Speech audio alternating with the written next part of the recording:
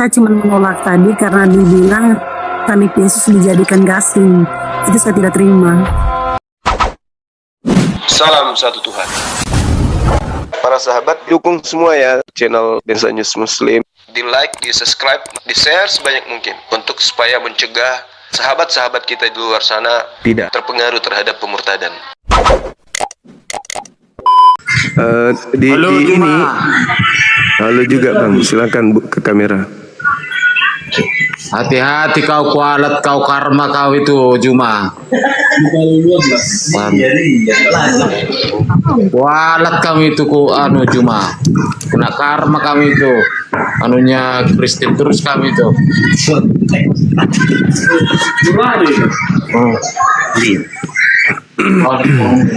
Halo Bang Saragi.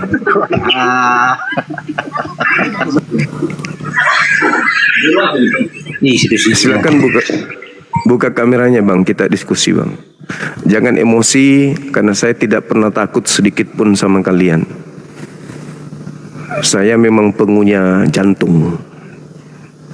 Sedikit pun bulu saya tidak berdiri melihat kalian. Jadi nggak usah menghujat, nggak usah emosi, santai aja, santai. Kita berdiskusi dengan baik. Ingat ini Indonesia Bung, ini Indonesia. Kami tidak sedikit pun tidak ada takut kami sama kalian. Halo? Masa Tuhan menyuruh anak-anaknya nikah di bawah umur? Goblok kali Tuhan umur. Disuruh nikah di bawah umur, gila kali Tuhanmu. Masa begitu? Punya Tuhan disuruh nikah di bawah anak di bawah umur, melongor. Kalau di Kristen batasan nikahi umur wanita berapa Bang? Enggak harus standar umurnya. Masa suruh Tuhan sendiri di bawah nikah? Saya ulang pertanyaan. Di Kristen batasan usia perempuan dinikahi berapa? Udah dewasa lah Umar, gimana kau ini? Pantas aja di barat tidak ditemukan lagi ada selaput darah. Masa Tuhan bisa, aduh parah kali. Udah Di gitu barat susah menemukan selaput darah di bawah usia 10 tahun. Kalau ada itu diambil obat. Kenapa? Karena mereka mayoritas poten kayak Anda dan tidak ada batasan usia pernikahan. Jadi sekarang Anda harus tahu itu. Berapa tahun? Udah dulu samamu. Anda harus jawab di kitab Anda batasan umur berapa dinikahi wanita itu. Dan apa syarat sah nikah di agama Anda? Jawab itu dulu. Karena yang saya lihat di gereja kawin laki sama laki boleh ada. Sama binatang juga ada. Maafkan saya Bung, maafkan saya Bang. Itu fakta real. Ya mungkin Anda sakit dengan kenyataan itu, tapi itulah yang terjadi. Kenapa itu bisa terjadi? Karena kalian bukan lagi hamba Tuhan. Kalian adalah anak-anak Tuhan. Sebagai pewaris surga, kalian bebas mau ngapain aja. Namanya pewaris, ya kan ya? Saya nggak tahu itu ya. Islam itu korupsi duit orang Katolik. Umroh. Nggak apa-apa. Oke kan masa umroh halal, tapi pakai duit haram, melongor kan? Enggak masalah. Makan daging babi haram, tapi pakai duit haram buat umroh kan longor. Enggak masalah. Nggak masalah. Memang longor kali itu. Memang longor kali itu gila. Kalau pendeta pungut perpuluhan ada nggak perintahnya? Halo, semangat siang saudara. Ya, siang. Dari Kristen Bang. Iya. Itu Oke, pertanyaan baik. yang tadi itu kenapa nggak dijawab? Dijawab sama pertanyaan lagi. Coba jawab dulu. Kenapa Tuhan kalian Pertanyaan. menikahi anak di bawah umur? Jangan menjawab pertanyaan dengan pertanyaan. Oke, baik. Standar di bawah umur itu standar siapa Bang? Iya, jawablah dulu. Jangan Ya enggak. Anda menuduh sesuatu yang tidak ada di Al-Quran saya kan, gitu lucu kan. Makanya saya balik nanya kepada Abang. Silakan. Kalian, tapi itu Ya, silakan. Di mana? Inilah hebatnya ayatnya Kristen. Tahu, tapi pernah Nggak tahu, di perdebatan kalian. Tidak tahu, tidak ada dalil, tapi so tahu. Menyembah Yesus tidak ada dalil, tapi so tahu, kan gitu. Iya, aku menyembah Yesus, Cuma tapi- doktrin doang, doktrin doang, menyembah kan Allah. lucu kan? Yang saya sering dengar, Tuhan kalian menikahi anak di bawah umur. Itunya. Iya. Mana dalilnya? Dalil dulu dong. Saya nggak Sampaikan hafal dalil dalil dulu. itu yang mana-mana aja. Oh, jadi jangan melakukan sesuatu yang Anda tidak tahu. Nanti kayak Paulus. Siapakah engkau Tuhan? Apapun Dia nggak yang- tahu itu. Dia nggak tahu itu setan kah atau apa, kok tiba-tiba Tuhan. Udah jawab. Enggak, sekarang ada nggak? Ada nggak? Nggak Kalau ada. Allah boleh menikahi anak di bawah umur? Nggak ada perintah menikahi di bawah umur itu nggak ada. Mana dalilnya? Bukan Ayo. perintah. Ada nggak Allah kalian itu menikahi anak di bawah umur? Itu aja pertanyaan. Nggak ada dalilnya. Mana dalilnya? Kasih dalil. Kalau saya bisa buktikan di Bible ada pernikahan untuk gadis 1 hari pun ada. Anak usia bayi 1 hari ada dalilnya di kitabmu. Gimana coba? Bilangan 31 nomor 17-18. Bunuhlah semua perempuan yang tidak perawan lagi, tetapi yang masih perawan ambillah untukmu. Pertanyaan saya, kalau perawan itu usia berapa tahun? Perawan gak kalau usia 1 hari? Perawan, berarti boleh 1 hari.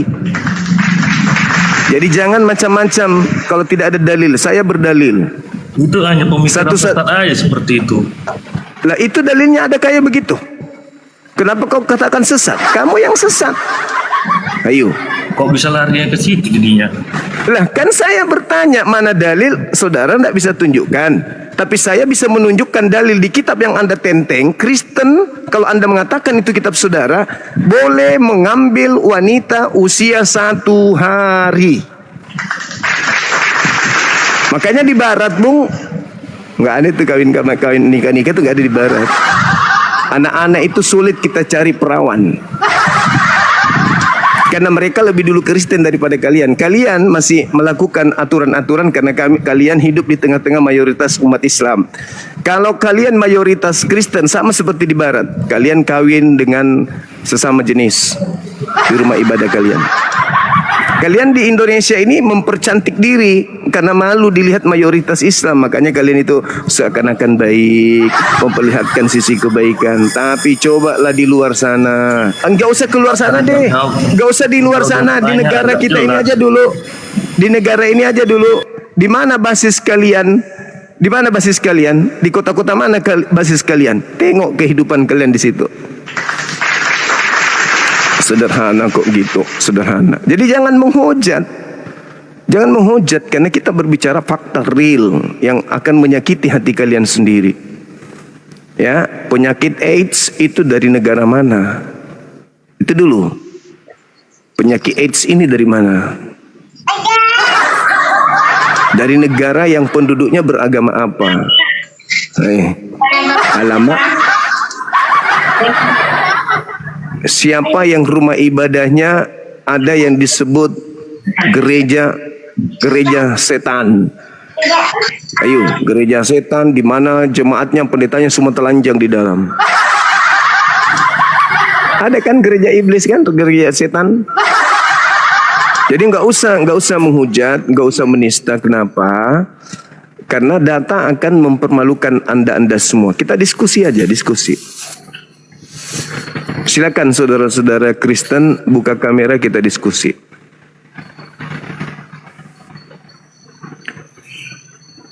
Halo, semangat siang. Selamat siang. Halo abang, selamat siang. Saudara-saudara saya Kristiani yang saya kasihi, selamat siang. Ada onde-onde kah? Buka kamera, kita diskusi. Jangan takut, jangan segan. Saya nggak makan orang. Silakan. Ayo abang, diskusi kita. Buka kameranya. Silakan. Silakan Saudara Pare, apa kabar abang? Ini ada tema, apakah salib itu komedi putar? Jangan pula kalian mengatakan, kenapa kalian bahas agama kami? Ya, salib itu hanya ada di Al-Quran. Kalau di kitab kalian itu, apa itu? Sulon, cross, pohon.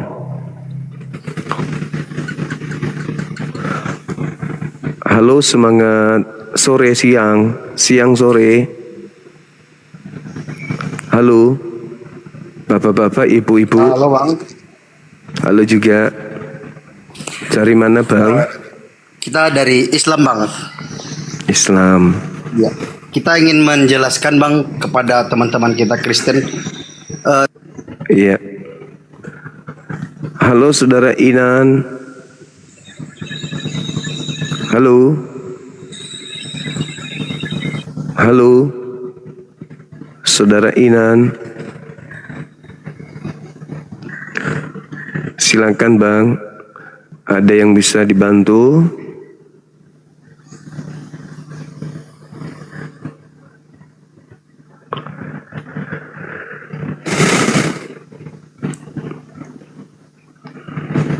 Adek. Halo, semangat siang. Semangat zuhur teman-teman semuanya. Ada apa ini? Kok kalian pada jadi penakut sih? Bang Su makan ndak? Gimana kali? Ayolah. Ayo, atur napas. Nah, baru naik. Baca doa.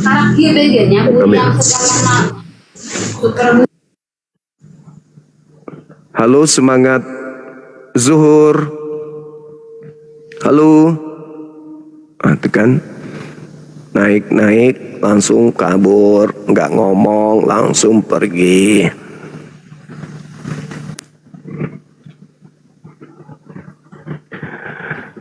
Zuma, boneng. Nggak capek rupanya itu. Halo, semangat sore. Halo. Teman-teman. Semangat sore. Halo Bintang. Halo Bang Juma. Halo juga. Dari Kristen, Mbak. Aku ingin menyapa aja Bang Juma. Aku Muslim. Oh, makasih. Makasih Bang Juma. Aku turun ya. Iya. Assalamualaikum. Waalaikumsalam warahmatullahi wabarakatuh.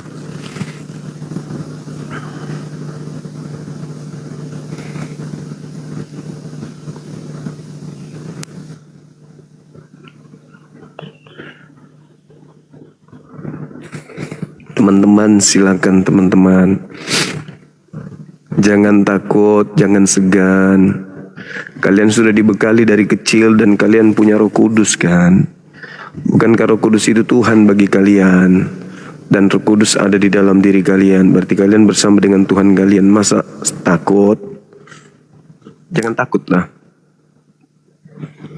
Halo, semangat siang. Halo. Semangat siang. Halo. Iya, siang Mbak. Siang. Dari Kristen. Iya, Kristen. Baik, salam kenal. Ibu boleh buka kamera kita diskusi? Abang Zuma buka maskernya dulu. Aku buka kamera. Boleh? Kenapa bisa dengan masker saya? Ya biar sama-sama enak tuh Bang. Nggak bisa, Saya Ibu bisa buka lihat kamera muka dulu. Bang, Buka kamera tadi aja. Saya nyimak itu Bang. Abang belum jawab itu saudara-saudara kita yang tadi bertanya Bang. Pertanyaannya apa? Itu yang anak-anak di bawah umur itu loh. Dalilnya mana? Saya kan minta dalil. Ada nggak dalilnya? Dalilnya mana? Dalil dulu. Kalau cuma tuduhan mah ya mirip Paulus dong. Cuma nuduh-nuduh, siapakah engkau Tuhan? Yang tadinya mau mengaku aku lama lampir, terpaksa dia mengaku Tuhan lah. Bukan tuduh.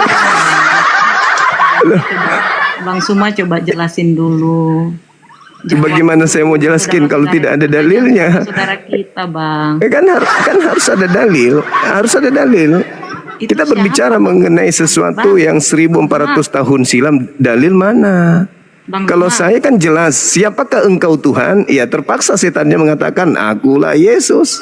Ayo. Enggak. Tuhan itu. Awas lu. Kan begitu. Belum apa-apa sudah dibilang Tuhan. Kalau ketawa lucu deh, Bang. Ya udah, nggak usah ketawa. Jadi yang pakai masker makin lucu. Iya, silakan buka kamera. Ayo teman-teman. Iya, buka dulu masker mobilku, buka Iya, maskernya dulu dong buka. Cincai lah. Orang Cina bilang cincai lah. Kalau yang berani. Saya heran aja teman-teman. Paulus memberikan 13 buku, kalian tidak tahu wajahnya seperti apa. Paulus menghadiahkan 13 buku mantra. Repot tanya, buka maskermu. Kau tidak tahu mukanya kayak mana. Aku kebuka. Sekarang Anda ribut dengan masker saya. Nah, bilang aja lah aku kaburuat. Monyet kau. Saya takut kepada siapa? Kepada Anda, saudara. Dirimu ku tantang kau. Dirimu ku tantang kau. Boleh. Boleh. Buat kapan? Atur. Anda yang menantang. Atur aja. Aturan aja. Ya, Anda yang nantang saya kan. Saya kan sang juara. Anda nantang saya. Lagi nih, kita aja bawa kita orang oke. Tunggu. Jangan kita. Anda menantang saya di ring. Iya, oke. Kapan? Oke. Ya, kok jadi saya kapan? Saya kan juaranya. Abang yang nantang saya. Juara dari mana kau? Monyet. Jawa kau. Saya pelatih saya pelatih terbaik. Kalau bagi saya kau babi. Anda kenal, saya perkenalkan dulu. Saya pelatih terbaik internasional Black Panther Karate. Murid saya tersebar di kesatuan-kesatuan. Saya dikenal dengan panggilan Sensei Alim. Sombong terhadap kucing tidak apa-apa. Jadi kalau Anda nantang saya mau di ring, boleh. Itu makanan saya tuh. Tapi saya nggak puas kalau 1 lawan 1. Minimal harus 3. 1 lawan 3 kalau saya. Karena kalau saya menang 1 lawan 1 itu bukan kemenangan. Saya dididik dengan darah keringat. Ya. 1 lawan banyak boleh. Tapi kalau 1 lawan 1, saya tidak diajarkan 1 lawan 1 di perguruan saya. Itu bencong yang berkelahi 1 lawan 1. Ya. Halo Bang Cuma. Halo juga, Neng. Saya mau nanya. Saya agama Islam, tapi saya punya pacar juga agama Kristen. Halo, semangat siang teman-teman.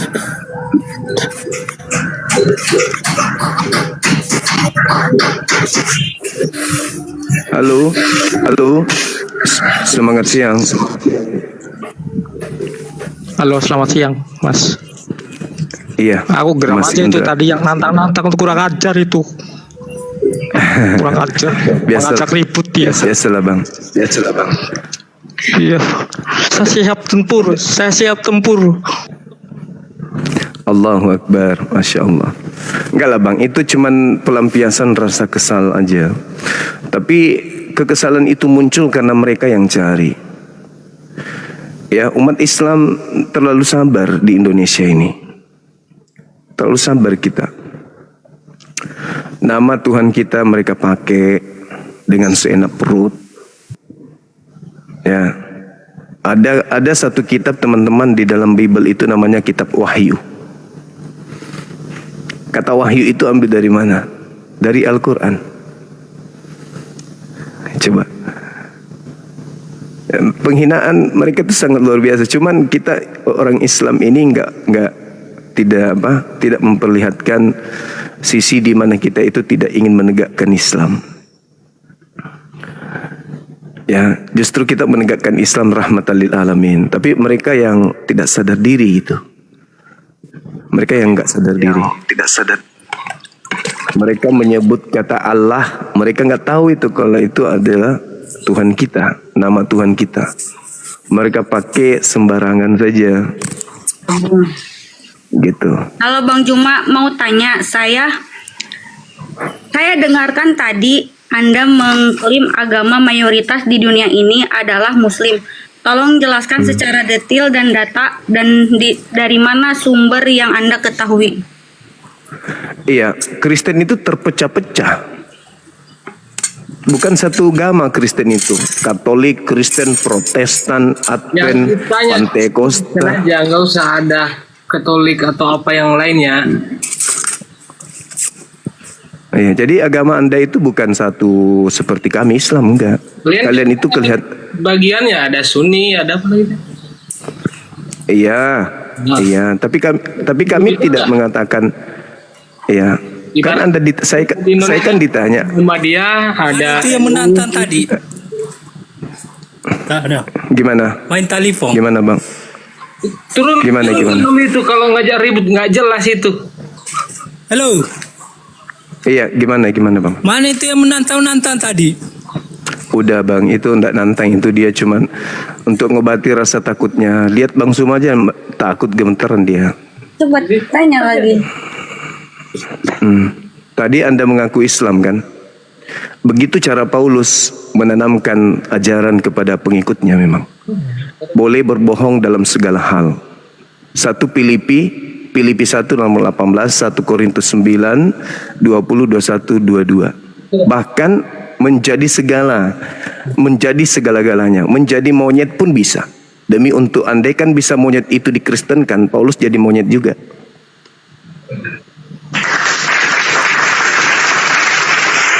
Itu dalil. Jangan sakit hati. Paulus sudah menanamkan itu. 1 Korintus 11 nomor 1. Jadilah teladanku. Jadikanlah aku sebagai teladanmu. Jadi kalau Anda mengatakan saudara adalah Islam, kami maklum pengikut Paulus pasti. Karena hanya pengikut Pauluslah yang menggenapi nubuatan nyamar domba. Itu serigala, orang non-Yahudi ngaku Yahudi, itulah kalian. Cuman rasa kasihan kami ini lebih tinggi dari rasa geli yang ingin setiap saat menertawakan kalian. Kasihan deh lo. Tapi kasih sayang ini jauh lebih tinggi daripada rasa ingin tertawa. Kristen itu bukan domba. Kristen itu bukan domba, tapi ngaku domba. Yang disebut domba itu adalah Bani Yakub, Yeremia 50 nomor 17 nomor 23. Nah, sekarang siapa yang nyamar? Siapa yang menyamar jadi domba? Ya kalian, Kristen. Domba tidak makan babi, kawan. Domba nggak makan babi. Yang makan babi itu serigala. Gitu loh. Dan memang itu ajaran Paulus untuk nyamar-nyamar, yang suka menyamar-nyamar. Ya itulah ajaran Paulus. Masuk ke Bali, Tuhannya berubah menjadi Sang Hyang Widi.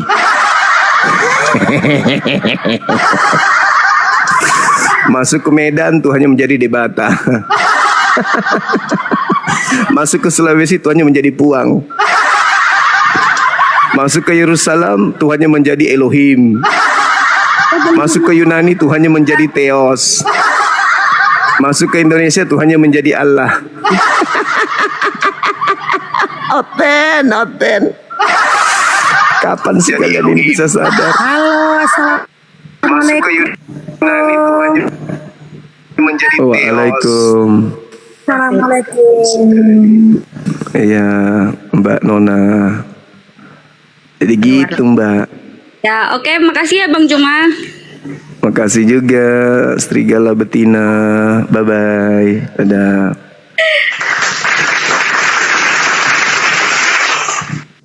Silakan Serigala turun.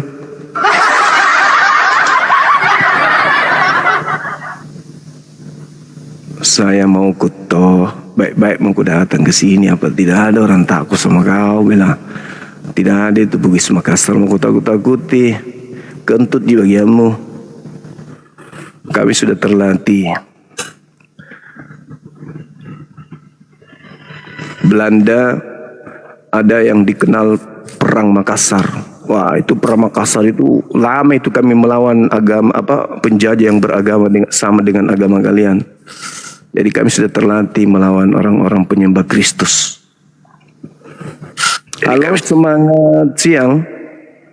Halo, selamat siang. Siang juga.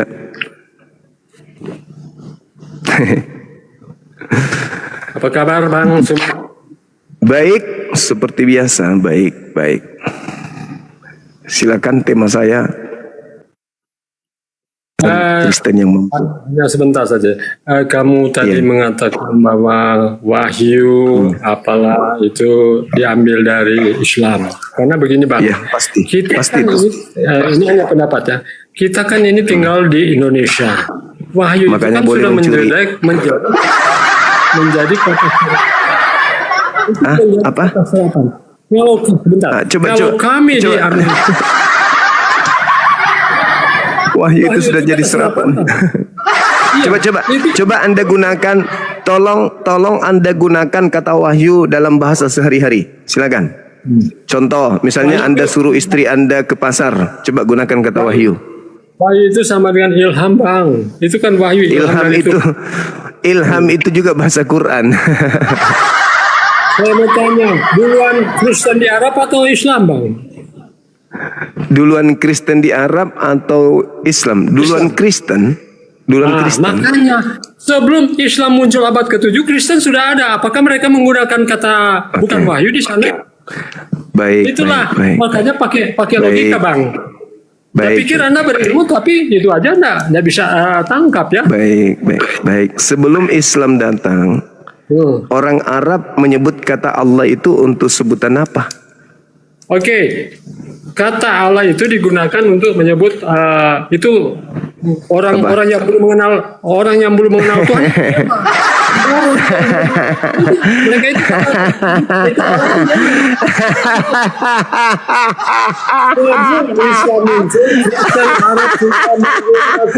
Saya ulang lagi pertanyaan saya. Orang-orang Arab Kristen di sana menyebut kata Allah sebelum Islam itu datang itu ditujukan kepada siapa? Pencipta. Mereka menyebutnya dengan kata Allah. Iya, Allah. Kemudian Islam ikut-ikutan. Coba kasih data. Islam kan muncul abad ke-7. Maka Anda mengatakan Kristen lebih dulu menyebut kata Allah di sana. Kasih data.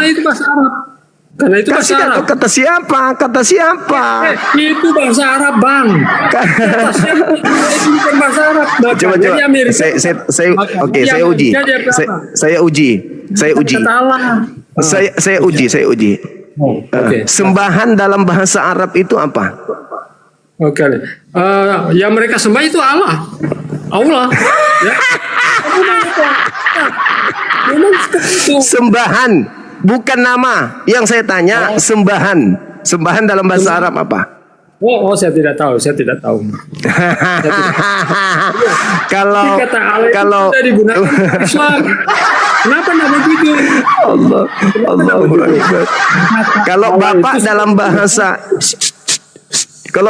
dalam bahasa Arab apa? Saya tidak tahu. Abah ya. Berarti orang Kristen Arab memanggil apa kepada Tuhannya Yahudi?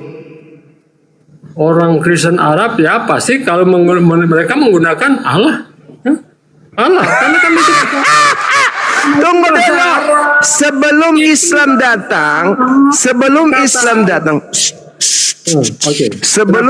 datang, orang Kristen Arab kata Anda pasti rujukannya kepada Bible kan? Iya. Nah, sekarang di Bible kata Tuhan itu apa? Dalam bahasa Aram, dalam bahasa Ibrani. Oke, kalau bahasa Ibrani kan Elohim. Nah, bahasa Arabnya apa? Bahasa Arabnya Elohim apa? Bahasa Arabnya ya Allah.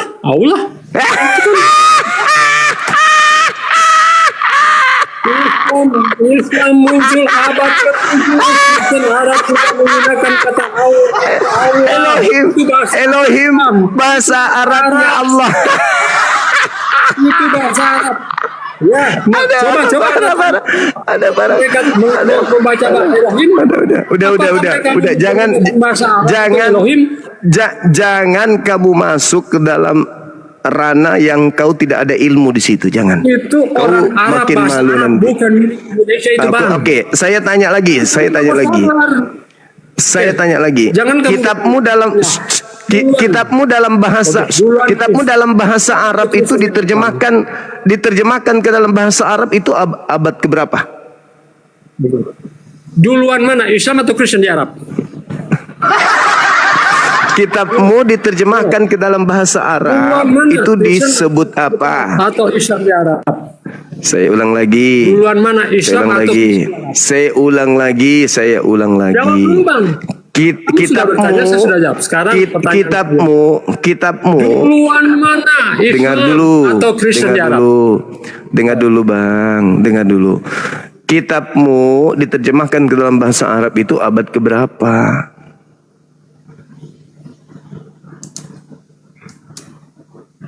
Karena Kristen itu tidak pernah ke Arab.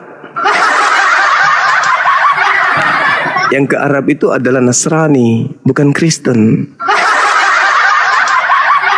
Beda Nasrani, beda Kristen. Oke, Bung, sekarang kita masuk ke tema. Islam muncul abad ke-7 di Arab dan juga Kristen sudah ada duluan. Tidak ada Kristen di sana. Tidak ada Kristen di sana. Jangan kau nipu. Novel itu apa? Kristen atau apa?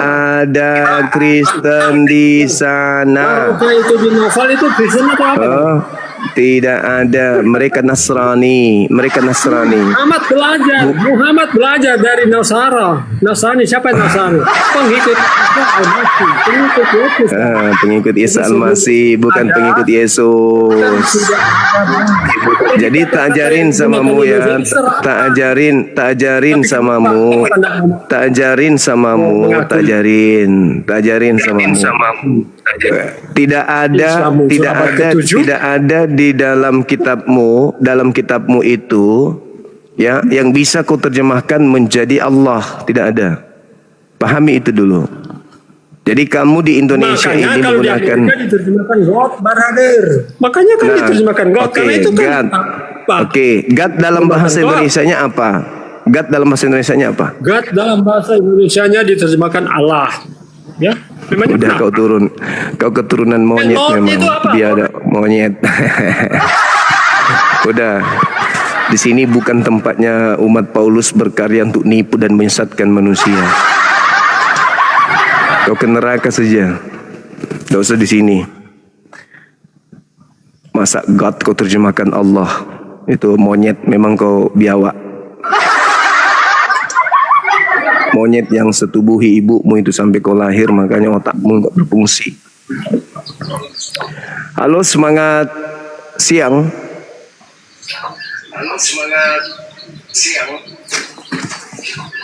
Halo Juma. Ya. Halo juga. Gimana Juma? Ini ada tema, apakah salib itu komedi putar? Silakan. Apakah salib itu komedi putar? Kenapa bisa komedi putar? Ya, karena ajaran Yesus itu tidak sama seperti konsep Kristen hari ini. Konsep Kristen itu kayak lelucon. Itu menurut siapa? Ya, itu menurut Bible. Ngarang kamu. Kok jadi ngarang? Kayak lelucon, konsep salib itu kayak lelucon.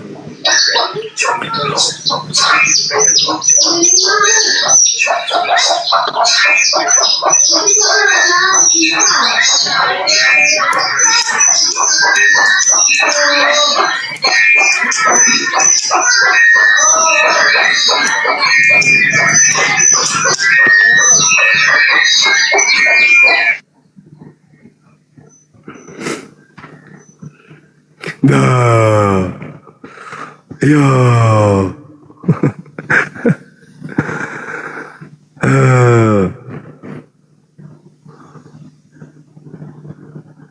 Halo. Ngintip dia, teman-teman.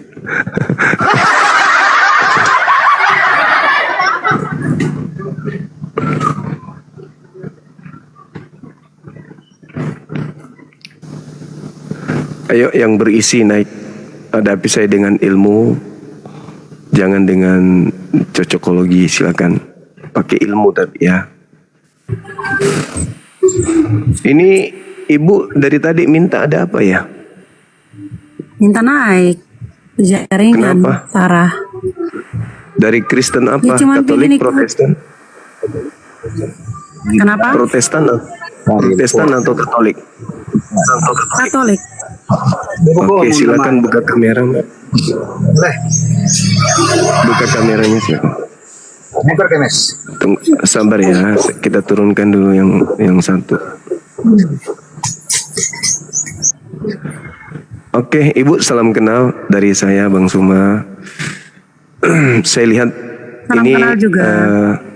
Iya. Ada tema, apakah salib itu adalah komedi putar? Artinya apakah salib itu adalah sebuah candaan? Sampai pola yang dibangun Kristus. Iya. Karena Yesus mengatakan bahwa orang yang menyalib orang benar, keturunannya tidak luput dari neraka. Saking sadisnya kecaman terhadap salib itu. Kata Yesus. Yesus yang mengatakan itu. Gimana? Makanya saya Matius Dalilnya? 23 Matius 23 nomor 32 sampai Coba dibaca. 34. Dikatakan di sana Coba dibaca. bahwasanya penuhilah takaran nenek moyangmu. Terus. Penuhilah takaran nenek moyangmu, bagaimana mungkin engkau akan luput dari neraka? Sebab aku mengutus nabi-nabi, ahli Taurat, dan juga orang benar, orang bijaksana, tetapi kalian menyalibkan dan membunuhnya.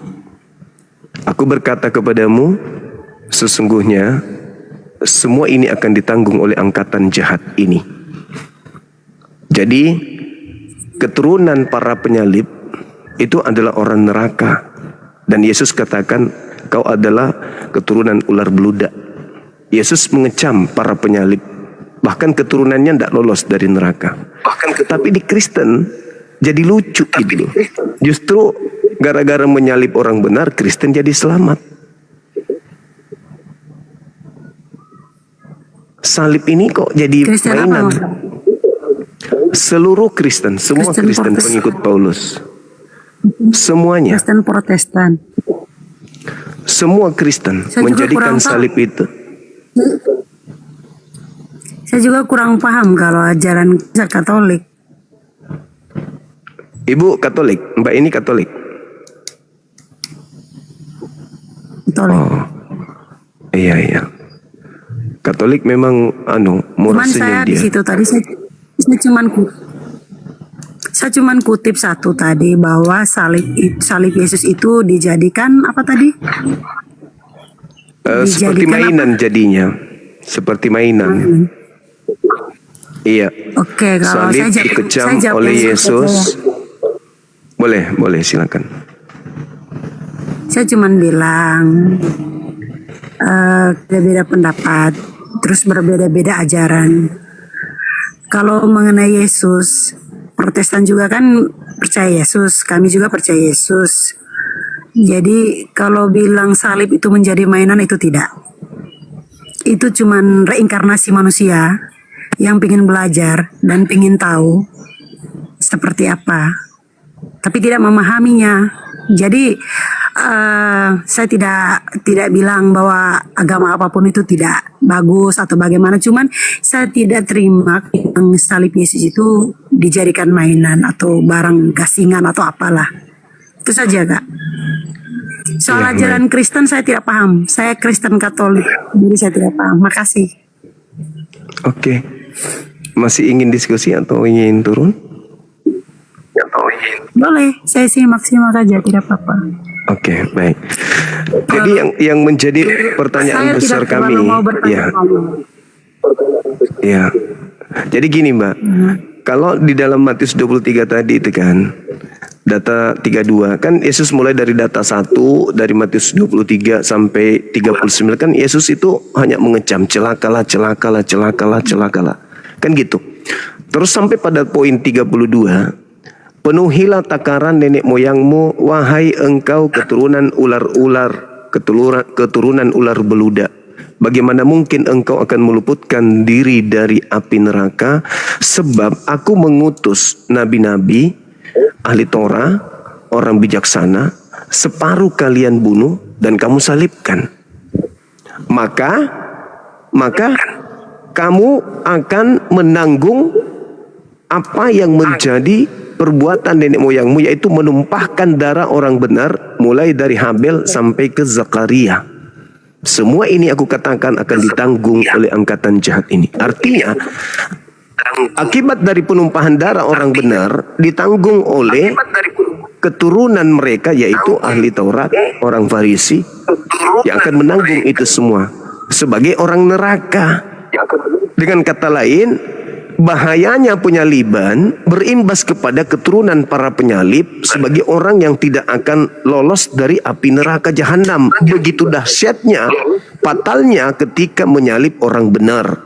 Kita kunci itu berdasarkan data Yesus yang mengatakan. Nah, tiba-tiba muncul Katolik dan sekte yang lain mengatakan bahwa salib itu adalah keselamatan. Sementara Yesus, salib itu adalah kematian di neraka kekal. Makanya saya katakan kok ini kok kayak candaan gitu loh. Salib ini kok kayak komedi putar. Yang tadinya Yesus mengecam para penyalib dan keturunannya sebagai orang neraka, kok tiba-tiba menyalib Yesus itu adalah sebuah kemenangan bagi para orang jahat. Itu gimana itu? Saya serius bertanya. Bukan karena saya melihat adik ini cantik, bukan. Tapi karena memang saya serius ingin tahu kenapa salib itu kok berubah arah di Katolik. Tiba-tiba salib sebagai lambang keselamatan. Yesus mengatakan salib itu menyebabkan orang menjadi orang neraka. Itu loh maksud saya. Mungkin gini Kak, saya cuman kasih dikit masukan. Mungkin gini, mungkin menurut Kristen ya, mungkin ya, di mana Alkitab mana yang abang baca itu, bahwa mereka menganggap bahwa salib itu untuk apa namanya tadi, orang-orang jahat ya. Iya. Ada benarnya juga karena gini. Ada benarnya juga karena, tetapi dalam ajaran saya ya yang saya tahu bahwa Yesus itu bahagia, maksudnya menerima dia disalibkan dengan situasi dan keadaan yang dia alami. Dia menerima bahwa itu keputusan Allah, bahwa dia harus siap menerima apapun keputusan Allah. Begitu. Mungkin ular beludak itu tadi bagi orang-orang yang membencinya, mungkin ya, seperti itu kira-kira, yang membencinya dianggap ular beludak, mungkin seperti itu. Oke, baik. Jadi tapi bagi kami itu kemenangan, bahwa dia bisa menerima bahwa dia sanggup untuk menjalankan tugasnya. Dia disalibkan, dia dibunuh, bahkan dia diejek, walaupun dia pertaruh nyawanya, karena dia berhasil untuk menjalankan perintah Allah. Allah memerintahkan dia untuk, Yesus, kau harus siap menerima apapun hukuman dari orang-orang yang membenci engkau. Seperti itu. Ada nggak dalilnya itu, Mbak? Bahwa Elohim, Tuhannya Yahudi, menyampaikan ke Yesus untuk siap menerima hukuman salib. Ada nggak dalilnya? Ada itu. Karena kan di saat Yesus disalib itu kan dia menyebut ya, Bapa, ya Bapa, kenapa engkau meninggalkan aku? Nah, itu sudah di saat Yesus bertentangan dengan memati ucapan. ya, di saat Yesus Itu bertentangan dengan ucapan Yesus di dalam Yohanes 8. Bapa tidak akan membiarkan aku seorang diri. Yesus tidak akan pernah dibiarkan seorang diri, kata Yesus. Yohanes 8 nomor 29. Bapa tidak pernah meninggalkan Yesus sampai selama-lamanya. Jadi saya curiga kalau yang mengatakan Bapak kenapa kau meninggalkan aku itu muridnya salah satunya. Karena Yesus tidak pernah ditinggalkan. Bapa tidak pernah membiarkan, tidak akan membiarkan aku seorang diri sebab aku senantiasa melakukan apa yang berkenan terhadap dirinya. Itu kata Yesus. Tapi kalau tiba-tiba saja ada yang teriak Eli, Eli lama sabaktani, saya yakin 100% itu bukan Yesus lagi, tapi oknum lain yang menggantikan dirinya. Makanya antara pengajaran Yesus, ketika Yesus mengajar usia 13 tahun sempat menghilang, lalu kemudian muncul di usia 29 sampai usia 33 tahun, itu berbeda dengan ajaran setelah penyaliban sampai hari ini. Jadi ajaran Yesus dengan ajaran Katolik itu berbeda jauh. Kenapa berbeda jauh? Karena Katolik lebih menekankan terhadap poin penyaliban, bangkit dari salib, datang kepada Paulus, datang di Pulau Patmos. Itulah yang dijadikan sebagai acuan keyakinan. Sedangkan pusat sentral pengajaran Yesus adalah ketika dia penginjilan sebelum penyaliban. Itulah inti poin daripada ajarannya. Di antaranya, salah satu ajarannya menasihati orang-orang, yaitu muridnya, agar waspada kepada Yesus palsu yang datang kepada mereka, yang melakukan mujizat, tanda-tanda, kekuatan yang dahsyat. Sekiranya mungkin Yesus palsu bisa menyesatkan mereka. Matius 24, nomor 4, nomor 5, nomor 15, 16, 17, 18, sampai 26. Itu kata Yesus. Waspadalah agar kalian jangan disesatkan, sebab akan datang banyak penyesat memakai namaku dan berkata akulah Kristus. Mereka penyesat yang memakai namaku ini akan menyesatkan banyak orang. Dan saya yakin orang banyak yang disesatkan itu adalah, mohon maaf, Katolik dan turunannya. Karena hanya ada satu kelompok di luar Yahudi yang memakai nama Yesus. Tidak ada yang lain. Nah, orang Yahudi lah yang mendapatkan pesan agar waspada kepada Kristus palsu. Karena Kristus palsu ini akan menyesatkan banyak orang. Nah, mohon maaf kalau dibilang Kristen Katolik kan jelas itu pengikut Kristus. Kristus yang mana? Yang mengajarkan ibadah minggu. Yesus tidak mengajarkan itu. Berarti ada Kristus lain. Begitu saudari Nona Astri yang baik hati. Kenapa orang Katolik itu baik-baik ya? Saya heran loh, ya, serius. Soalnya saya cuma mendalami ajaran saya saja, jadi saya tidak mau mendalami ajaran orang lain. Saya suka sama teman-teman Katolik saya itu baik, mereka baik dibandingkan yang lain. Maaf nih, bukan saya nyanjung Katolik. Tapi rata-rata saya berdialog dengan orang-orang Katolik itu yang terdidik ya, yang belajar Bible itu lebih enak ditemani diskusi daripada yang lain. Begitu, Mbak. Ada lagi? Iya, karena memang kita tidak perlu memahami ajaran orang lain kan begitu. Kita harus mendalami ajaran sendiri. Oke. Ada lagi, Mbak Nona? Nona manis. Juga tidak mau bertanya tentang, sebenarnya pingin mau tanya sih seperti apa. Ada yang saya mau tanya tentang Muslim. Abang Muslim kan? Saya Muslim. Cuman saya tidak mau bertanya karena memang saya tidak ingin tahu. Karena memang saya tidak mau pingin tahu tentang ajaran abang. Oke, nggak apa-apa, nggak masalah. Oke, kalau gitu kita sudahi ya, Mbak. Pingin dengar saya. Oke, kalau gitu kita. Oke. Makasih. Iya, makasih. Nanti kalau ada hal-hal ini naik lagi ke sini boleh, nggak apa-apa. di sini boleh nggak Bang? Oke, makasih Kalau ada saudari yang Nona. menentang.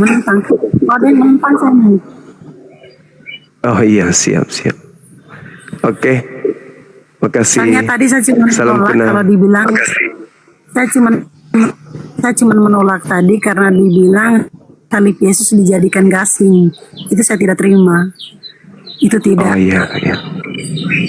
iya. Baik.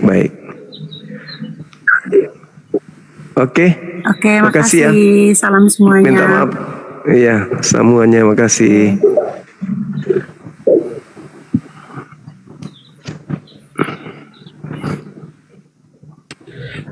Nona ini baik. Eits.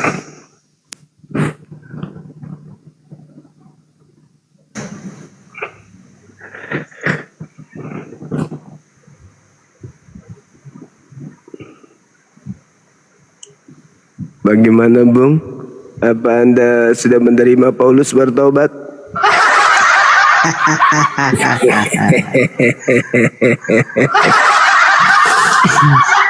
Kalau mau diskusi itu Bang Zuma jangan lari-lari gitu loh. Ya. Nah, kalau gentleman itu harus siap ditanya dan siap bertanya juga gitu loh. Ya kan? Makanya saya itu Bang Zuma, saya mengumpulkan ilmu dulu, memahami Alkitab saya, baru saya itu ke kitab orang lain. Sehingga ketika saya itu ditanyakan, saya nggak bingung ketika iman saya itu ditanyakan. Artinya saya mempertanggungjawabkan. Ya, karena Rasul Petrus mengatakan, ya, kami ini harus mempertanggungjawabkan iman kami itu baik dalam hal perbuatan dan juga dalam intelektual atau dalam namanya spiritual. Ya, jadi artinya kami bisa mempertanggungjawabkan iman kami itu. Ketika orang menanyakan bagaimana ini, bagaimana itu, ya kami bisa menjelaskan itu. Nah, itu dia Bang Zuma. Makanya itu ada di 1 Petrus pasal 3 ayat 15. Iya. Oke, bagaimana? Silakan. Jadi boleh saya bertanya sama Bang Zuma ini? Boleh. Boleh. Begini Bang Zuma, saya pernah baca itu ada di Al-Maidah Al-Maidah ayat 44. Ya kan bunyinya apa katanya di sana Bang? Ya saya bacakan Bang ya. Siap. Al-Maidah 44. Terjemahan saja ya, saya nggak bisa bahasa Arab. Boleh. Oke. Boleh silakan.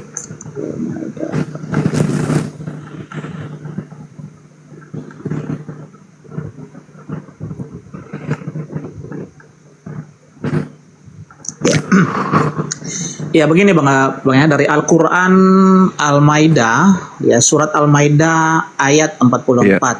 Sungguh kami yang menurunkan kitab Taurat di dalamnya, tanda kurung, ada petunjuk dan cahaya.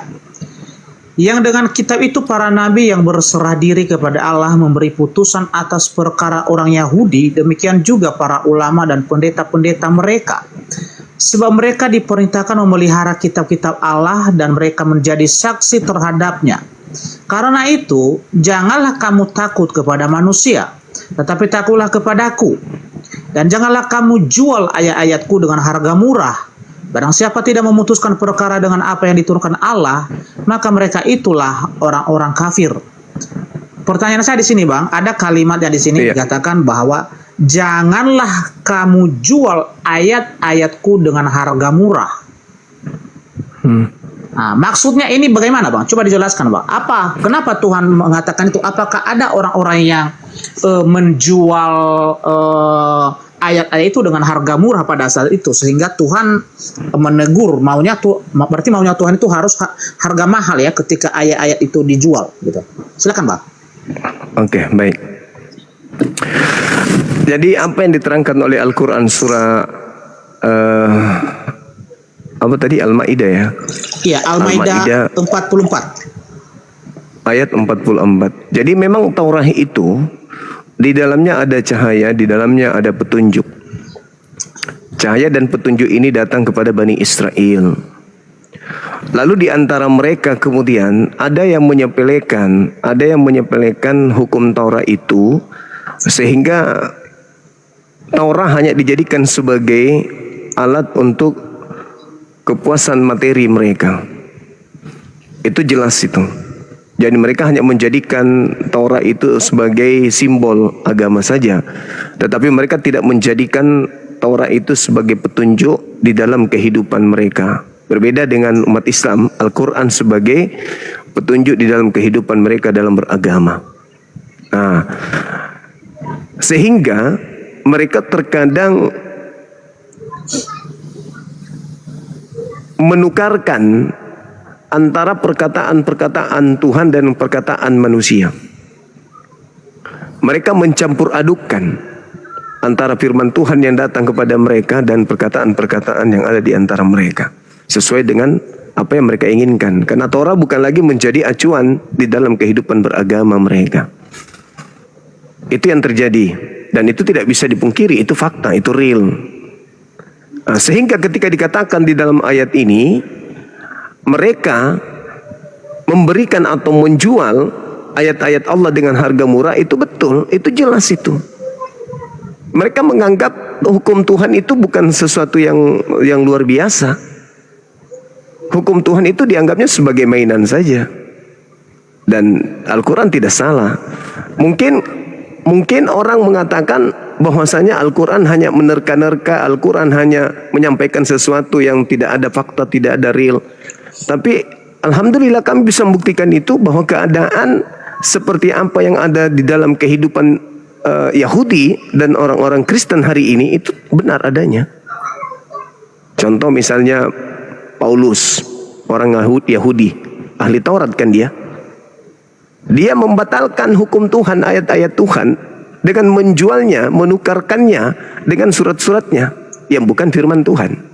Itu fakta, itu real, Bung. Itu fakta, itu real. Makanya Yesus di dalam kitab Anda juga mengatakan, bukan, jangan kau berikan barang yang kudus. Barang kudus itu mutiara. Barang kudus itu adalah Torah. Dan mutiara kepada babi. Apa mutiara itu? Injil. Jadi tidak bisa sembarangan diberikan hukum Tuhan itu kepada orang lain, karena akan hanya diinjak-injak. Itulah yang terjadi terhadap Torah Nabi Musa yang ada pada hari ini. Silakan.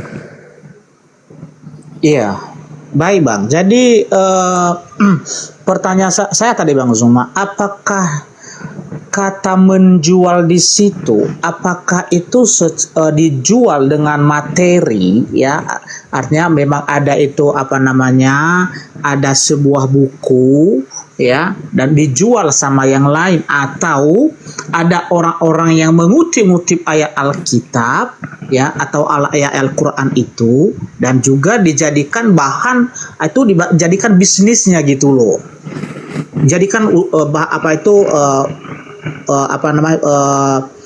usaha untuk menghasilkan uang. Apakah itu pengertian? Coba dijelaskan Bang Zuma. Iya, maksudnya di situ dia menjadikan ayat suci Torah itu sebagai alat untuk melegalitaskan kemudian apa yang mereka kehendaki, apa yang mereka mau. Torah itu dianggap sebagai mainan. Itu maksudnya. Dia menjual firman Tuhan itu dengan harga murah. Dia mengatakan, itu sudah tidak berlaku, itu nggak ini lagi, nggak ada lagi ininya, sudah habis rasanya. Dia jual, itu artinya dijual, dia buang dengan harga murah.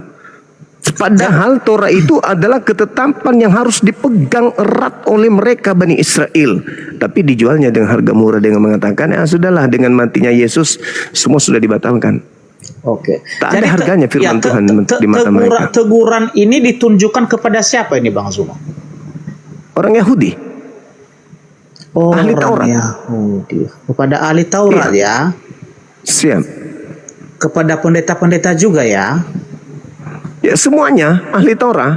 Berarti semua ahli Taurat, semua orang-orang yang telah membeli yang telah membeli kemudian pengajaran Tuhan itu dengan harga murah. Ada yang menjual, ada yang membelinya. Baik, Bang. Berarti Tuhan menjelaskan di sini bahwa baik itu di Taurat Musa dan di Injil, di sini ada cahaya, petunjuk atau cahaya. Ya. Iya. Berarti betul. ini adalah pengajaran ya. Oke ya. Yes. Oke, merujuk kepada pengajaran. Nah, pertanyaannya Bang Zuma, perintah dan ajaran mana yang tertulis di Taurat dan Injil ini yang apa yang menjadi petunjuk dan cahaya itu apa kira-kira? Coba jelaskan Bang Zuma. Ajaran kepada kaum Bani Israel untuk menyembah hanya kepada pencipta langit dan bumi, yaitu Allah, dan mengikuti hukum. Ada nggak kira-kira di di Taurat Musa dan di Injil bahwa sesembahan yang benar itu namanya adalah Allah? Ada nggak Bang Zuma? Baik, kalau di Torah kami tidak memegang Torah. Itu hanya datang kepada kaumnya Bani Israel. Injil datang kepada kaumnya Nabi Isa alaihissalam. Jadi Torah dan Injil itu nggak sampai kepada kami. Karena itu kami bukan Bani Israel. Kami bukan Bani Israel. Karena Taurat dan Injil itu hanya diperuntukkan kepada keturunan Yakub saja. Itu. Jadi ketika Anda berbicara, apakah sembahan yang disembah oleh umat Islam dan sembahan yang disembah oleh mereka pemegang Torah dan Injil, pasti yes. Kami katakan iya, pasti itu. Jadi yang memegang Taurat ini sama Injil ini siapa kira-kira Bang Zuma? Bani Israel. Bani Israel sama? Bani Israel. Taurat, Injil itu Bani Israel. Pendeta-pendeta tadi siapa itu Bang? Pendeta-pendeta yang dimaksud di situ adalah orang-orang yang di luar daripada Bani Israel yang menjual dan membeli. Kan tadi udah aku bilang. Menjual dan membeli, menjual dan membeli. Jadi ada yang menjual, ada yang membeli. Berarti Taurat dan Injil yang diajarkan oleh orang-orang Yahudi, ya imam-imam kepala dan ahli-ahli Taurat dan juga pendeta-pendeta itu berarti di situ ada petunjuk dan cahaya ya. Iya, benar. Iya, ya. Oke, berarti siapa yang menolak ya Taurat dan Injil yang ada petunjuk dan cahaya, berarti apa konsekuensinya kira-kira Bang Zuma? Oh, neraka pasti. Oh, neraka. Itu iya. Berarti di Taurat dan Injil ini berisi semua hukum-hukum Tuhan ya? Ya, yang terkait dengan umatnya Nabi Musa dan Nabi Isa. Ya, walaupun itu artinya saudara-saudara muslim hanya membayangkan saja tetapi tidak mengerti apa yang tertulis di dalam Taurat dan Injil itu. Ya, bukan kan? Tidak mengerti. Kami paham bahwa Tapi Taurat itu. Saya tanyakan tadi sama Bang Zuma, di mana itu kira-kira apa isi Taurat dan Injil itu? Bang Zuma katakan kami bukan pemegang Taurat dan Injil, hanya Al-Quran yang kami pegang. Bagaimana itu? Ya, yang betul. Kami bukan pemegang Taurat. Ya. Anda juga bukan pemegang Torah, hanya mengambil terjemahan-terjemahan kitab enggak jelas, mengatasnamakan Torah. Torah itu kata Quran, ahli kitab sudah mencampur adukkan. Makanya Nabi Muhammad datang sebagai pembawa cahaya. Disebabkan karena hukum Tuhan yang ada pada masa itu, pada masa Nabi Musa dan masa Nabi Isa, itu tidak ada yang memegang hukum itu. Mereka membolak-balikkan, mereka menjualnya dengan harga murah. Kan tadi udah dibahas itu. Sehingga Torah itu tidak menjadi nomor wahid. Begini Bang Zuma, pertanyaan saya kan begini. Kira-kira apa sih ya hukum apa yang telah dilanggar oleh ahli-ahli Taurat di situ? Ya, atau orang-orang Israel dan orang-orang Nasrani di situ. Apa kira-kira hukum mana aja yang telah dilanggar sehingga di sini ada ditegaskan bahwa mereka itu menjual ayat-ayat itu dengan harga murah. Apa kira-kira Bang? Kira-kiranya dia mengganti kemuliaan Allah dengan menyembah selain daripada Allah dan juga menyembah makhluk seperti menuhankan Nabi Isa alaihissalam, menganggap Nabi Isa itu adalah Tuhan dan seterusnya. Itu hukum-hukum yang datang kepada mereka. mereka ditekankan untuk menyembah hanya kepada Allah. Nabi Musa dikatakan jelas, innani anallah la ilaha illa ana. Diperintahkan kepada Nabi Musa, aku ini adalah Allah, tidak ada Tuhan selain aku, maka beribadahlah, ingatlah kepada supaya engkau mengingat aku, sembahlah aku untuk mengingatku. Oke, jadi begini Bang Zuma, kenapa saya tanyakan ini ya? Karena saya pernah baca di Al-Quran itu, ya kan, dikatakan bahwa di Taurat dan Injil itu, ya, mengenal Nabi Muhammad itu seperti anaknya sendiri. Yes. Sedangkan saya cari-cari mulai dari kitab dari Taurat, Zabur dan juga Perjanjian Baru yang adalah Injil, itu tidak ada ditemukan nama Nabi Muhammad di sana. Jadi sebenarnya makanya saya tanyakan tadi, ya kan, saya tanyakan tadi kan, apakah kalian pernah membaca Taurat, Zabur dan Injil ini, atau memang hanya kalian bayangkan saja bahwa pernah ada Taurat, Zabur dan Injil itu, tetapi tidak pernah membaca isinya, kan begitu Bang?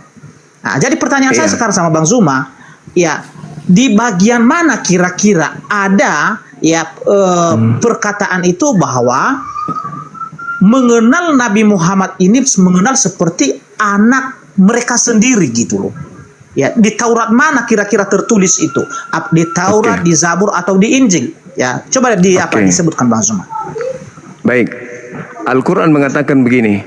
Bismillahirrahmanirrahim. Ya ahlal kitab, qad ja'akum rasuluna yubayyinu lakum katsiran mimma kuntum tukhfuna minal kitab wa ya'funa an katsir.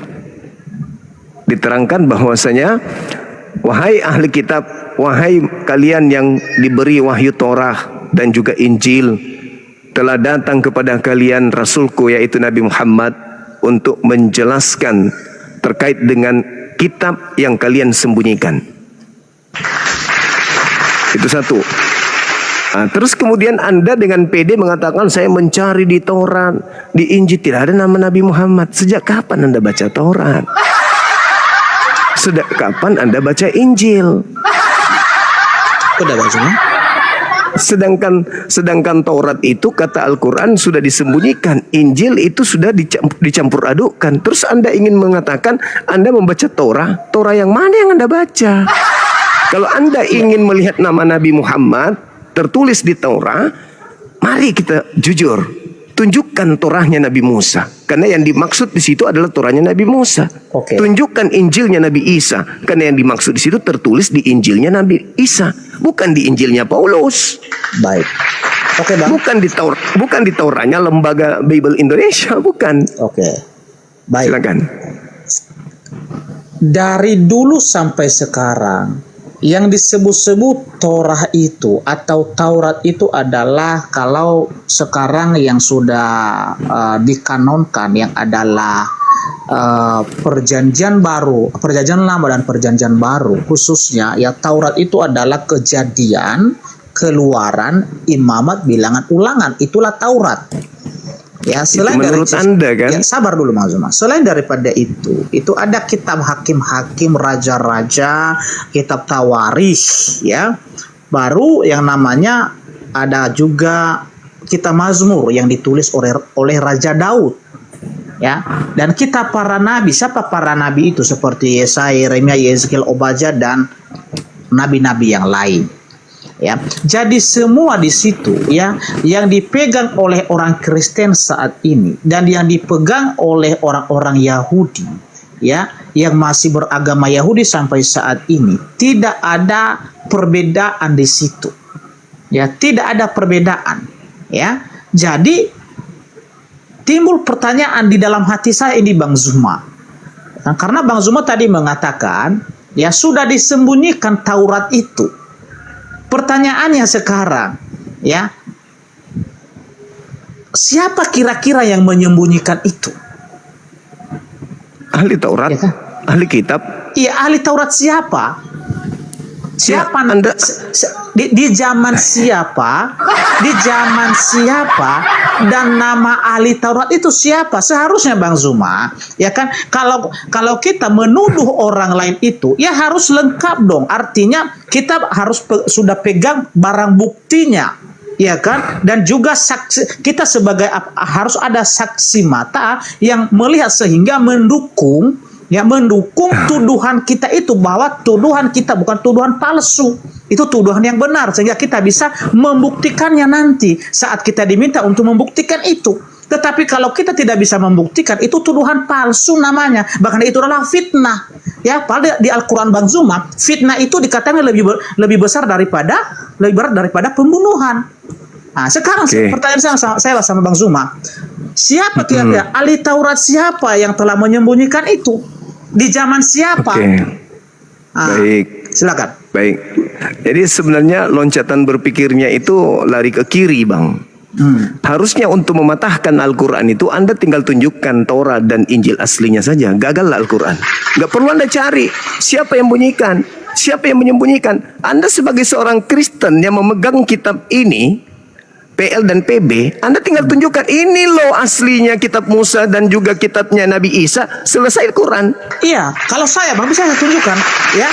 Taurat itu, ya Taurat itu yang telah tertulis di sini. Taurat itu apa? Berisi hukum-hukum Tuhan. Ya, Taurat itu adalah ketika Tuhan menerima kedua loh batu di atas gunung Sinai, itu tertulis di dalamnya adalah 10 perintah Allah yang disebut adalah hukum moral. Sedangkan yang lain itu adalah mulai dari kejadian ulangan bilangan, ya, kejadian keluaran bilangan ulangan itu. Yang 613 misfot itu tertulis di situ, dan di sini sudah lengkap, semua sudah ada di dalam ini, semua di perjanjian lama itu sudah ada. Makanya jangan terlalu panjang. Sabar dulu Bang. Jangan terlalu panjang. Ya, makanya saya bilang, ya, tinggal Anda tunjukkan yang asli. Bang Zuma sekarang mengatakan bahwa kitab itu sudah disembunyikan. Belum disembunyikan, karena kenapa? Semua hukum-hukum yang tertulis yang kalian bilang itu adalah Taurat ada di dalam sini. Ada di dalam sini. Oke, tolong bantu saya baca Yeremia 8 nomor 8 di kitab yang asli itu, silakan. Bagaimana? Yeremia 8 nomor 8, tolong bantu baca. Saya ingin dengar. Taurat yang kita baca tadi, yang kita bahas di sini. Iya, saya ngerti. Yeremia itu, ya, Yeremia itu adalah. Saya tidak mengklaim kitab Yeremia. Saya tidak mengklaim kitab Yeremia itu sebagai pelengkapan atau kelengkapan Torah. Saya cuma minta Anda baca. Silakan. Yeremia berapa, Bang? 8 nomor 8. Ada apa di Yeremia? Enggak apa-apa. Silakan. Bagaimana kamu berani berkata, kami bijaksana dan kami mempunyai Taurat Tuhan? Sesungguhnya pena palsu penyurat sudah membuatnya menjadi bohong. Apa itu, Bang? Ya, apa di situ yang disebut di sana? Apa yang dikatakan di sana? Jangan tanya saya. Jangan pura-pura blow on. Coba. Apa yang dikatakan? Kita cek ini ya. Kita cek ini apa maksud ayat itu. Oke ya? Iya, silakan. Saya cek bentar ya. Silakan.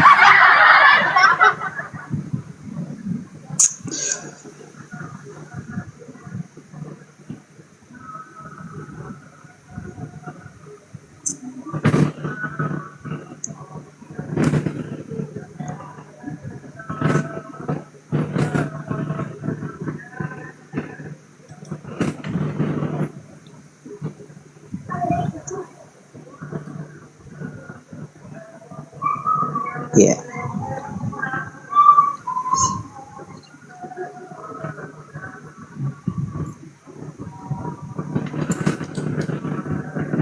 Iya. Sabar ya Mas Wima ya. Iya. Iya.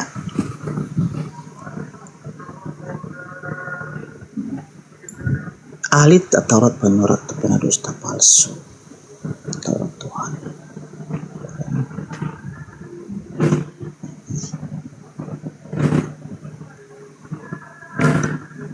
Eiha tomru hachamim anahnu vetora di Seher. hawayat itanu ahin hine la seher asah et seker Seher. sekerim.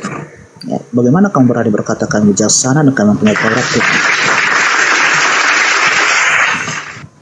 Ya. Seher. Sabar. Soferim ahli Taurat atau penyurat, esteker pena dusta atau palsu, Taurat Tuhan. Ya. Begini Bang Zuma. Iya, Ya. silakan. Di sini tidak dikatakan bahwa ya Taurat itu adalah sudah dipalsukan, bukan itu pengertiannya. Ya, tetapi maksudnya di situ adalah ya orang-orang yang menyampaikan Taurat ini, yang mengajarkannya, ya mereka ajarkan dengan cara dusta. Ya, mereka anggap itu adalah Taurat itu adalah kebohongan, itu tidak benar. Ya, mereka telah memutarbalikan ya hukum-hukum Allah itu. Bukan maksudnya di situ adalah bahwa Taurat yang benar itu telah diubah, telah dipalsukan, tidak. Tetapi orang-orang yang berkepentingan di situ, ya, yang mencari-cari keuntungan di situ, mereka menganggap bahwa Taurat itu adalah sebuah kebohongan, artinya tidak benar, ya. Itu maksud dari ayat itu, ya. Bukan dikatakan bahwa yang telah menulis kitab Taurat itu, ya, sudah diubah, bukan itu pengertiannya. Silakan Bang Zuma. Ya, silakan Anda mengartikan. Saya masih tetap bahwa di situ ketika dia ada kecaman, bagaimana mungkin kau mengatakan bahwa kau memiliki Taurat, mempunyai Taurat Tuhan. Sesungguhnya pena palsu penyurat sudah membuat Taurat itu menjadi bohong. Kan itu data. Iya, itu kan dalil. Iya, orang-orang tadi, orang-orang yang menyampaikan ahli Taurat itu, yang mengajarkannya, contohnya ahli-ahli Taurat kan, ya, ahli-ahli Taurat, ya, mereka melakukan dusta di situ untuk mengajarkan kepada orang lain. Itu mereka ajarkan, maknanya itu diubah seperti yang sering Abang Zuma lakukan lah, ya kan? Artinya meskipun itu bukanlah konteksnya, tetapi dikait-kaitkan, kan begitu, ya kan? Jadi sehingga sabar dulu, ya kan? Sehingga apa yang tertulis di situ, ya, apa yang tertulis berubah makna jadinya. Berubah makna jadi, makanya disebutkan di situ adalah pena atau penulis, ya. Berubah makna jadinya. Jadi orang-orang yang memang sengaja mengambil keuntungan, membohongi, menyesatkan orang-orang lain, itu kan nabi-nabi palsu yang melakukan itu. Mereka mengubah makna yang tertulis di dalam Taurat itu. Itu maksudnya. Ya, silakan aja. Itu sudah saya tunjukkan satu data. Sekarang ketika Al-Quran mengatakan bahwasanya itu telah disembunyikan, kita baca di dalam Markus 14 Markus 1 nomor 14, Yesus ke Galilea lalu mengajarkan Injil Allah. Oke. Nah, sekarang pertanyaan saya, ketika dia bersama dengan Filipus kemudian dia mengajarkan Injil Allah. Ada data di mana di dalam Yohanes 1 Yesus memanggil Filipus untuk memberitakan Injil kerajaan Allah atau Injil Allah. Lalu apa yang tertulis kemudian di dalam KPR 8, di situ dijelaskan bahwasanya Filipus ini memberitakan Injil Yesus. Pertanyaan saya kepada saudara, tolong tunjukkan Injil Yesus yang diberitakan oleh Filipus ini. Injil Yesusnya, bukan Injil Lukas, Markus, Matius, dan seterusnya. Karena di dalam data yang ada di kitab Kisah Para Rasul 8 itu, jelas sekali Filipus memberitakan tentang nas di mana Filipus ini menceritakan tentang Injil Yesusnya. Tolong tunjukkan Injil Yesus yang dimaksud, silakan. Iya. Injil yang dimaksud di situ, Bang. Injil itu kan artinya kan Evangelion, artinya kabar baik, kabar sukacita. Ya, kabar sukacita atau kabar baik itu adalah Yesus itu sendiri, karena dialah ya yang membawa keselamatan itu bagi umat manusia yang percaya kepadanya. Jadi kalau abang tanyakan sekarang di mana Injil yang ditulis oleh Filipus, Filipus belum menulis kitab. Belum. Ya, Filipus itu hanya memberitakan. Ya. Jadi tidak semua murid-murid Yesus itu ya punya otoritas untuk menulis. Hanya mereka yang telah dikaruniai ya untuk menulis seperti Matius, ya kan, Yohanes, Petrus, Yakobus, ya dan lain-lain. Jadi kalaulah Filipus itu tidak pernah menulis yang namanya kitab, tidak pernah. Nah, tugas Filipus itu hanya menyampaikan, hanya menginjili, ya, memberitakan kabar keselamatan itu. Itu yang terjadi di Kisah Para Rasul tadi yang abang kutip itu. Nah, silakan Bang. Oke. Baik, Al-Quran saya mengatakan disembunyikan. Yesus jelas mengatakan, Nabi Isa jelas mengatakan, ma qultu lahum illa ma amartani bi. Terus dikatakan lagi bahwasanya Nabi Isa alaihissalam tidak pernah mengatakan sesuatu yang bukan haknya ia katakan. Dia selalu mengatakan apa yang Allah berikan kepadanya untuk disampaikan kepada kaumnya. Qala subhanaka ma yaquluni an aqula ma laysa li bil haqq bihaqq. Lalu kemudian Yesus juga mengatakan begitu, aku tidak berkata-kata dari diriku sendiri. Apa yang aku katakan adalah apa yang diperintahkan untuk aku katakan, aku sampaikan. Dan firman yang kau dengar dari aku bukan dari aku, melainkan dari Bapa yang telah mengutus aku. Yohanes 17:8, segala firman yang engkau berikan telah aku sampaikan. Ada firman yang diterima Yesus, lalu kemudian Yesus sampaikan kepada muridnya. Muridnya telah menerimanya. Sekarang pertanyaannya, mana segala firman yang diterima oleh Filipus itu?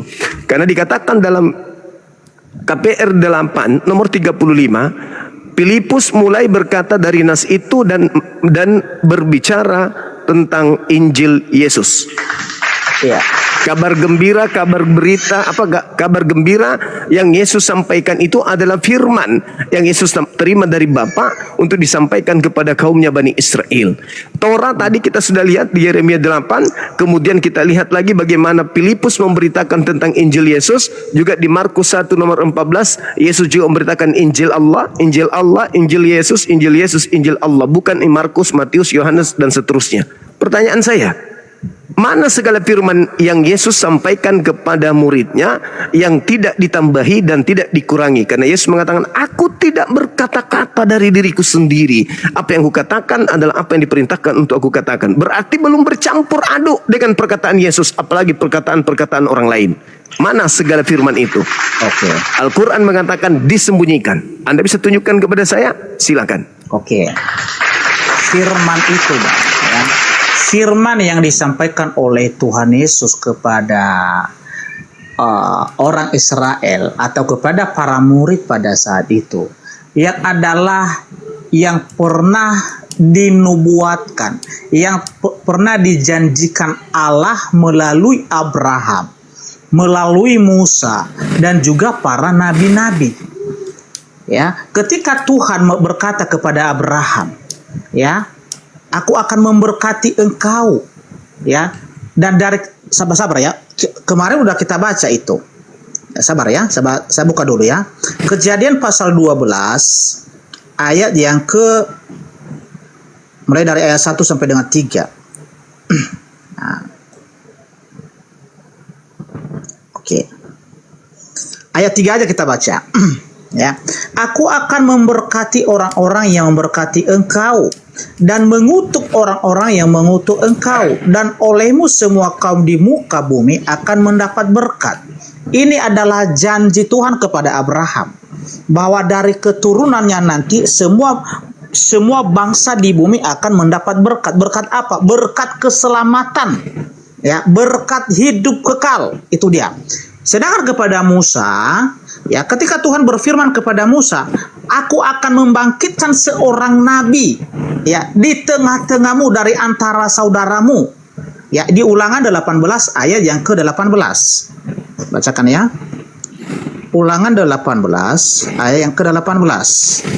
Nah, seorang nabi akan kubangkitkan bagi mereka dari antara saudara mereka, seperti engkau ini. Aku akan menaruh firmanku dalam mulutnya, dan ia akan mengatakan kepada mereka segala yang kuperintahkan kepadanya. Ya, itu kepada Musa. Kepada nabi-nabi yang lain seperti kepada Yesaya, Yeremia. Kepada Yesaya apa? Itu yang ada di Yesaya pasal 7 ya, ayat 14. Ya, Yesaya 53 ayat yang ke 1 sampai dengan 12. Ya, Yesaya pasal 9 ayat yang ke-6. Ya, mulai dari 5 ayat yang ke-6. Itulah firman-firman itu. Jadi disimpulkan oleh Tuhan Yesus, ya, ketika orang-orang Yahudi bertanya kepadanya, ya, hukum manalah yang paling utama itu? Apa kata Tuhan Yesus di Markus 12 mulai dari ayat 29 sampai dengan 31. Kita bacakan Bang Zuma. Ya. Markus 12 ayat 29. Ya. Jawab Yesus, ya. Dari ayat apalah? Dari ayat 28 kita baca ya. Lalu seorang ahli Taurat yang mendengar Yesus dan orang-orang Saduki bersoal jawab dan tahu bahwa Yesus memberi jawab yang tepat kepada orang-orang itu, datang kepadanya dan bertanya, hukum manakah yang paling utama?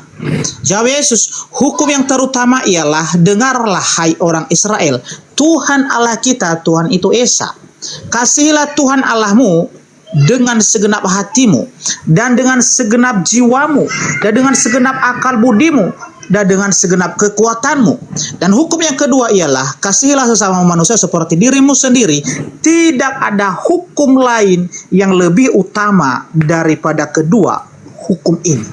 Inilah hukum, inilah firman Allah yang disampaikan Tuhan Yesus kepada semua orang Israel, kepada para murid pada saat itu, bahwa hukum yang paling utama itu adalah, yang merangkul semua hukum moral itu adalah hukum kasih, mengasihi Bapa di surga, mengasihi Allah, dan mengasihi sesama.